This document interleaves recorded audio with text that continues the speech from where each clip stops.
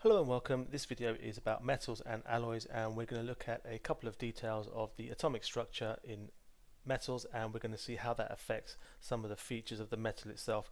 We're also going to look at how alloys can help change the features of metals, and we're going to look at something called shape memory alloys as well. Now, to begin with, if we were to take a pure metal, this one is an example of a pure metal, perhaps something like iron, and if you were to magnify a certain part of it, you might see the atoms arranged a little something like this. It's probably important to point out here that if we magnify to the size that I've shown here, you'd have to actually increase the size by many millions of times in order to see the atoms. But I've drawn a few here so you can see, and what you'll notice is that the atoms are arranged very neatly in rows and columns.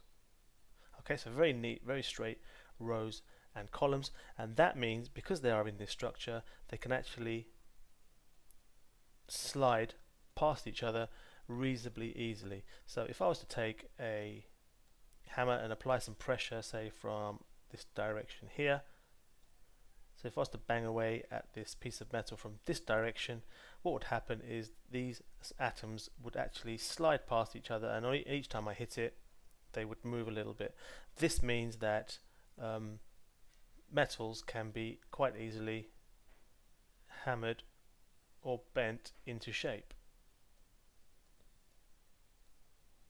The word I think we actually often use is malleable. So we say the metal is quite malleable, but that just means it's easily hammered or bent into shape, and the reason for that is the fact that the atoms are in very neat rows and columns. In actual fact, if you were to take a sharp point as well, you could probably bang in between the point there and you'd see these slide away as well. Okay, so key thing there, metals can be hammered and bent into shape quite easily, and that's because the atoms are in very neat rows and columns and they're able to slide past each other. Now sometimes we want our metals to be much harder than they are in their pure state, and so what we can do is we can actually make what we call an alloy. And an alloy is a mixture of metals. Now we make alloys for various reasons. It might just be to change the color or to change a property like that, but we often make alloys to make the metals much harder.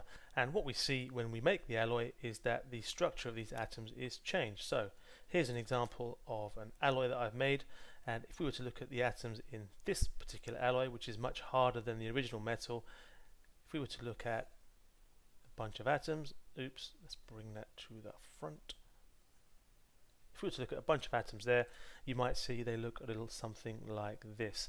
Now I have my original atoms that I've drawn from my first metal here, but I've also mixed it with these little atoms of a second metal. Okay, and what you can see is that the second metal, the atoms are actually disrupting the shape or disrupting the nice neat rows and columns. So we no longer have any nice neat rows and columns. So if I was to take my hammer from previously and try and bang from this side, you can see these atoms are in the way of the other atoms, and they're not allowing the atoms to slide and move as easily. So as a result, this metal is much harder.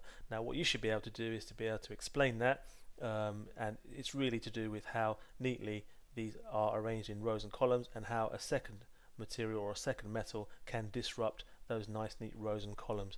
Okay, so that's the idea of metals and how we can harden them. Another thing I want to go through with you is this idea of shape memory alloys, and one example of this is something called nitinol, and this is a alloy made from nickel and titanium. And it has a very special property in that it can be bent and changed in terms of its shape, but it has a special property that when you warm it up, it will go back to its exact original shape that it was in. So I could take this wire that I've made into this word smart for smart material, and I could deform that shape and make it into any other shape I wanted. But when, in fact, so I have to mention you cool this down first. So you cool it, bend it into any shape you want, and then when you warm it up again, it slowly starts to go back to its original shape. Now that's quite difficult to show on a video like this one, but if you do a little search, you can probably see, in fact you can see lots of examples of this actually in action. It's actually quite fascinating to watch, seeing a metal bent out of shape, warmed up, and it goes back to the exact shape it was before. But you can do that after you've watched this video.